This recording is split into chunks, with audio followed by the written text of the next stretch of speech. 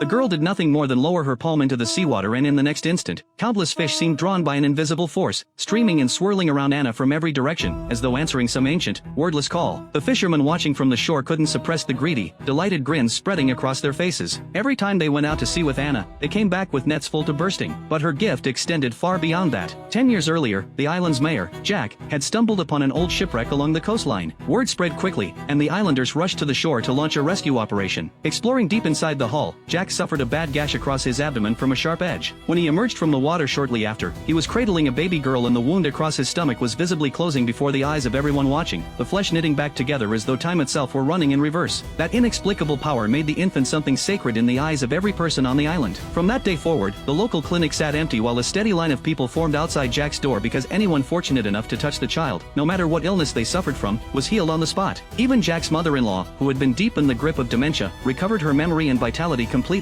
and returned to her old role as the island's schoolteacher. To ensure Anna never left, the islanders unanimously agreed to sever all contact with the outside world. Whenever a passing vessel came too close, they rang the warning bell and extinguished every light on the island so no one would notice them. 10 years passed. Yet time seemed to have granted Jack and his wife a particular exemption, not a line of age on either of their faces. Living alongside Anna, they appeared to have been touched by something like permanent youth. One day, Jack took Anna out on his fishing boat, and it was there that he discovered her second ability. The moment she dipped her hand into the water, the fish nearby were irresistibly drawn to her. The islanders built their livelihood around this gift and grew prosperous. Then one afternoon, while Anna was playing with her friends, she reached toward a beehive on a whim. The bees, normally aggressive, landed on her hand as gently as tame pets. Just as she was about to show her friends, she noticed that a swarm had turned on one of them. At the sight of her friend's pain, Anna clenched her fist, and every bee in the vicinity dropped dead simultaneously. The force of what she had done frightened even Anna herself. She begged her friend to keep it secret. Because of Anna's perfect healing ability, the islanders had gradually become reckless. They knew that no matter how badly they were hurt, a brief visit to Anna would set them right, so fighting became almost recreational. Even the island's children had invented a game. They would swallow the fruit of a particular plant, a fruit so toxic it could kill within 15 minutes, then race to Jack's house and press as close to Anna's bedroom as they could before the poison took hold. Every time, they had escaped death with moments to spare. This time, something went wrong. The fishing had been poor lately, and Jack had taken Anna out to sea on a day she didn't normally go. When one of the boys began to succumb, they rushed him to the island doctor. But by the time he reached the clinic, the window for treatment had already closed. The doctor pumped his stomach and retrieved what he could, but the boy had no pulse. When Jack arrived at the clinic with Anna in tow, she pressed her small palm gravely against the boy's body. Everyone waited. No miracle came. Whatever Anna's gift was, it could not call the dead back to life. The incident broke something in Anna. She blamed herself entirely for the boy's death. In quiet desperation, she picked up the body of one of the fallen bees from the ground and held it, watching for any sign of change. Nothing happened. Hours passed. The bee remained dead. That evening, Jack noticed his daughter's state while watching her try to do her homework. He sat with her and spoke carefully, telling her that none of this was her fault, that all any of us could do was help where we were able, and that failing to save someone did not make us responsible for their death. It was then that Lisa, working in the kitchen, sliced her finger while preparing dinner. She waited. The cut did not close. She waited longer. Still nothing. Jack saw her expression and understood. He drew a deep cut across his own palm with a kitchen knife. It didn't heal either. Their daughter had lost her gift. Jack called the islanders together immediately and told them what had happened. To give Anna time to rest and recover, he proposed suspending the daily visits to his home. The suggestion was met with immediate and unanimous opposition. The islanders argued that life should continue as normal, that excessive worry and disruption might only make things worse for Anna. In the middle of the heated debate, Jack's mother-in-law May stepped forward. She was the island's elder schoolteacher, and many of the people in the room had been her students. No one dared contradict her openly. She proposed putting the matter to a vote. Nearly every hand went up. Jack had no choice but to accept. The following morning, the islanders arrived at Jack's house as usual, each carrying carefully chosen gifts, their devotion to Anna entirely unchanged. They prayed quietly for her ability to return. Around the same time, the family of the boy who had died came to find Jack. Their surviving daughter had been devastated by her brother's death, and the family wanted to leave the island. They made Jack a solemn promise. They would say nothing to anyone about Anna, not a single word. Without Anna's healing touch, Aunt May's dementia returned with force. In a confused state, she gathered the islanders herself, and they voiced their shared dread of a future without Anna. In the middle of this, the island's doctor spoke out in anger and was driven out of the gathering for it. Dejected, the doctor made his way to the Smith family's home. He carried a fragile hope that he might persuade them to take their child and escape with him. He told them he knew a way to steal a boat. What he found stopped him cold. The Smith family, determined to leave without anyone noticing, had already quietly dismantled every piece of usable timber in their home and spent the night secretly building a small vessel. That same night, as Lisa gently tucked a sleeping Anna in, she glanced at her finger and saw the wound closing. Jack arrived moments later and found his own scar fading before his eyes. Anna's power had returned. Lisa's heart raced. She wanted to bring Aunt May immediately, desperate to see her dementia cured. Jack stopped her, gently but firmly. He knew exactly what would happen. The moment May recovered her clarity, she would tell everyone on on the island, and they would all begin using Anna again. He urged his wife to think about their daughter's future instead. Death and loss were a natural part of life. They couldn't shield the whole island from that forever. But when Aunt May's condition worsened sharply and she arrived at the house late one night, Lisa's resolve crumbled. She slipped May quietly into Anna's bedroom. By morning, May's mind had cleared. Without Anna's fishing gift, the catches had dwindled to almost nothing, and the fisherman came to Jack in complaint and to let him know, as he had fully expected, that they already knew Anna's ability had returned. May had wasted no time spreading the word. The new complication was this: Anna's power now only manifested while she slept. When she was awake, she was entirely ordinary. May produced a bottle of sleeping pills and placed it into Jack's hands without a word. The implication was clear: keep Anna asleep, and the island would be blessed again. Under sustained pressure from his wife and the community, Jack relented. That night, Lisa ground the pills to powder and dissolved them in water for Anna to drink. Once Anna was under, Lisa and the others carried her to the shore. The fishermen had already spread their nets. With May urging him forward, Jack waded slowly into the sea holding his daughter, dipping her small hand beneath the surface. The nets filled. The island smiled again. But watching it all, Jack made a silent, absolute decision. He was taking his daughter and leaving. The doctor had seen it in Jack's eyes. He too refused to stand by and watch Anna be used any further. He quietly told Jack about the Smith family's plan. Aunt May, standing not far off, had seen everything. That evening, when the doctor returned home, he found May already waiting inside. She offered nothing but warm words about acting for the good of the island. After she left, the doctor felt a sudden, searing pain tear through him. He collapsed, convulsing, and died foaming at the mouth, poisoned. May had laced the bottle of spirits he drank from every day. She then passed word of the doctor's death to the island's most volatile resident, a man named David, and cunningly directed him to burn the doctor's house to the ground, incinerating every trace of evidence. The fire lit up the sky. The Smith family saw the flames and understood that time had run out. They set off immediately. By the time Jack arrived at the shore with Anna in his arms, their boat was already gone. The following morning, a speedboat arrived at the island. The Smith family, after escaping, had gone straight to the authorities. A female officer and a child welfare worker came ashore and told Jack they had received a report of possible child endangerment. Under their insistence, Jack brought them to his home. The islanders poured in behind them. Meanwhile, the doctor's son, Matt, had slipped onto the speedboat unnoticed and quietly radioed the dispatch center, requesting urgent backup. Then he picked up a hunting rifle and moved toward Jack's house. Inside, the child welfare worker sat with Anna and asked her questions. On the surface, everything seemed ordinary, but something nagged at the worker, a quiet instinct that something was wrong. She announced that she was taking Anna and her family off the island for further investigation at the police station. The islanders erupted. David pulled out a handgun and pointed it directly at the female officer. In the chaos, she discharged her weapon by accident and the bullet hit Jack. David shot the officer in the head. Aunt May rushed to Jack's side with the others, helping carry the barely conscious man back into the house. Jack begged them to bring Anna downstairs to heal him. May told him she would on one condition. He had to promise to stay on the island with his daughter forever. He agreed. May hurried upstairs with a glass of water already mixed with sleeping pills. She and Lisa together pressed Anna to drink it. Anna didn't understand what was happening. She struggled. From outside the door, Matt heard the sound. He burst in with the rifle raised, demanding to know what Lisa was doing, then turned the barrel on May. While Lisa tried to reason with Matt, May lunged for the weapon. Matt fired. Anna screamed. Everyone in the house died in that instant. And it was not only the house. Across the entire island, every last person fell dead where they stood.